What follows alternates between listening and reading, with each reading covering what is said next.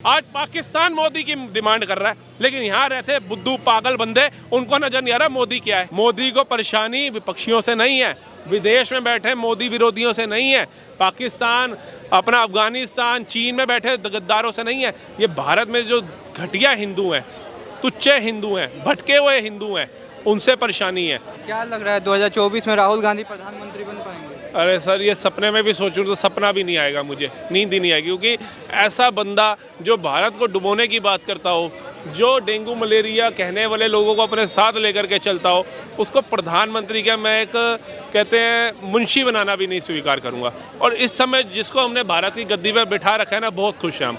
इतना मान सम्मान देखते हैं विदेशों के अंदर और इतना विकास कार्य वो इंसान कर रहे हैं ना, तो आत्मा कहे भी तब भी उसको हटाने का मन नहीं करता। विपक्ष का कहना है कि मोदी जी जो है पढ़े लिखे नहीं हैं, पढ़ा लिखा व्यक्ति चाहिए गद्दी पे।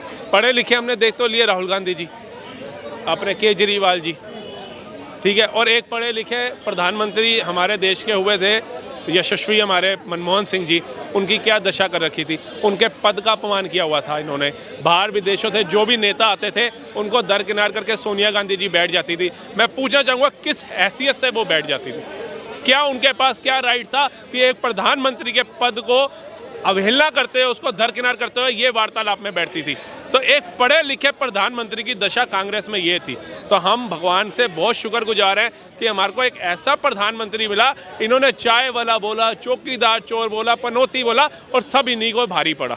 जनता ने जवाब दिया सर, किसी विपक्षी ने या भाजपाओं ने इनको जवाब नहीं दिया, जनता ने इनको जवाब दिया, और उसका परिणाम अभी हाल ही में 3 राज्यों की चपेट पड़ी और बाहर हो गई है। राहुल गांधी कहते हैं कि युवा बहुत बेरोजगार है और रोजगार नहीं है भारत में जब से मोदी सरकार आई। युवा पता है क्या है? युवा बेरोजगार नहीं है, कांग्रेस बेरोजगार हो गई है, इनके चमचे बेरोजगार हो गए हैं, जो 2 नंबर का पैसा खा रहे थे वो बेरोजगार हो गए हैं, जो भारत को खोखला करके भ्रष्टाचार का पैसा खा रहे थे वो खोखले हो गए हैं, और इनके अब जो सांसद पकड़े जा रहे हैं 400-400, 500-500 करोड़ कैश रखते हुए, ये खोखले हो रहे हैं। इनसे ये बर्दाश्त नहीं हो रहा, क्योंकि सत्ता जा रही है। पहले इनका राजयोग था, सड़कों से निकलते थे, सड़कें खाली, देश जाते थे तो हेलीकॉप्टर पर्सनल होते थे, वहाँ पर इनकी फौज और SPG वगैरह पहुंच जाती थी।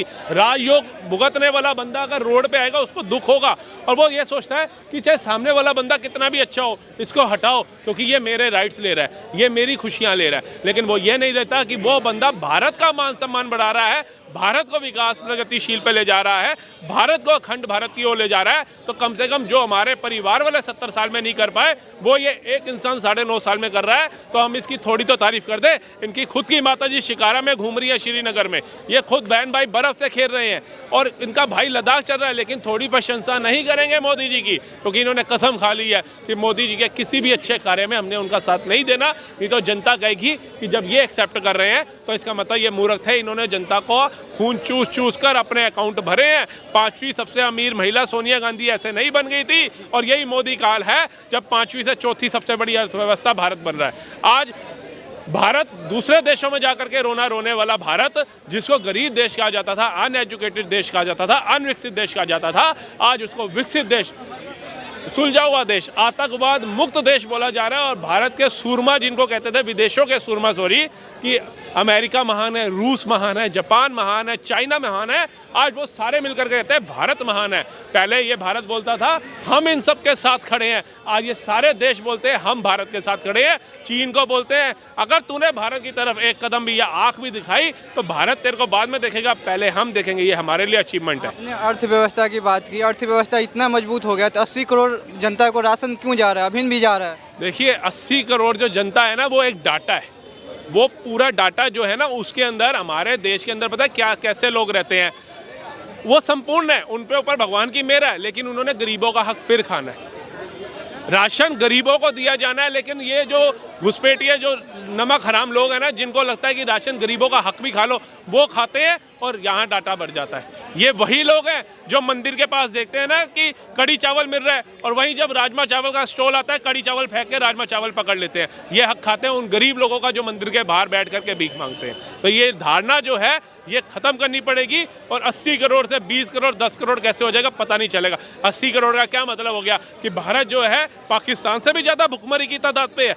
ये सब डाटा इन जैसे लोगों का बनाया हुआ है। जैसे इन्होंने बना दिया था हंगर की एक रिपोर्ट लाए, हंगर की रिपोर्ट आई, पता चला ये अराष्ट्रीय संगठन है, एक एनजीओ है जो ये डाटा बनाता है और भारत के लोगों को मूर्ख बनाने के लिए बताता है कि ये 107वीं रैंक पे हो भुखमरी पे, जबकि हम अमेरिका से, हमास से, फिलिस्तीन, इन सारे जो भूखे नंगे देश हैं उनसे भी नीचे भारत के लोग। ऐसा होता तो हाहाकार मचा होता सर। आज मारुति अल्टो गाड़ियां हमें दिखती नहीं देखने को भी। आज 10 लाख से 5 लाख से कम की गाड़ी दिल भारत के अंदर नहीं दौड़ रही है।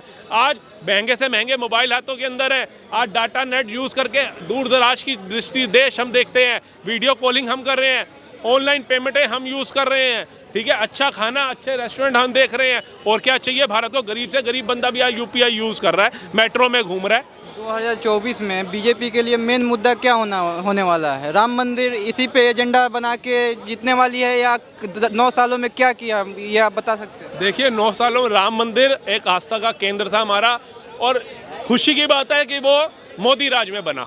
और थोड़ा दुख इसलिए होता है कि राजा भी हिंदू रहे, प्रजा भी हिंदू थी, नाम भी हिंदुस्तान था, फिर भी अपने ही राम के मंदिर को पाने के लिए हमारे को 500 साल का संघर्ष करना पड़ा, कई पीढ़ियां हमारे को फुकानी पड़ी। तो ये दुख है।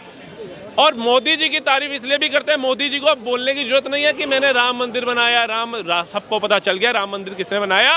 अब मोदी जी जो आ रहे हैं, जो उन्होंने वंदे भारत ट्रेनें दी उसके लिए आ रहे हैं, 14 लाइन के एक्सप्रेसवे दिए उसके लिए आ रहे हैं, जम्मू से श्रीनगर तक ट्रेन चलाई उसके लिए आ रहे हैं, पत्थरबाज गायब करे उसके लिए आ रहे हैं, हर राज्यों में बम विस्फोट होते थे वो गायब हो गए उसके लिए आ रहे हैं, ठीक है, सबसे बड़े स्टेडियम बनाए उसके लिए आ रहे हैं, स्टैचू सबसे बड़ा बनाया उसके लिए आ रहे हैं, टनल सबसे बड़ा बनाया उसके लिए आ रहे हैं। हमारे 15 दिन के अंदर जो मजदूर फंस गए थे सुरंग के अंदर, 15 दिन में बाहर लेकर के आए, 2 मिनट में रनवे बना, 2 मिनट के अंदर हेलीपैड बना, 2 मिनट के अंदर सारी बड़ी बड़ी मशीनें आई और 15 दिन के अंदर वो बाहर आ गए। ऐसी अचीवमेंट, ऐसे नेतृत्व में काम करने वाली सरकार की वजह से वो आ रहे हैं। इतनी सारी काम करने के बाद भी जनता मांग रही है सत्ता परिवर्तन 2024 में, क्या कहेंगे? देखिए वो मूर्ख है। मैंने आपको बताया ना, मोदी को परेशानी विपक्षियों से नहीं है, विदेश में बैठे मोदी विरोधियों से नहीं है, पाकिस्तान, अपना अफगानिस्तान, चीन में बैठे गद्दारों से नहीं है। ये भारत में जो घटिया हिंदू हैं, तुच्चे हिंदू हैं, भटके हुए हिंदू हैं, उनसे परेशानी है।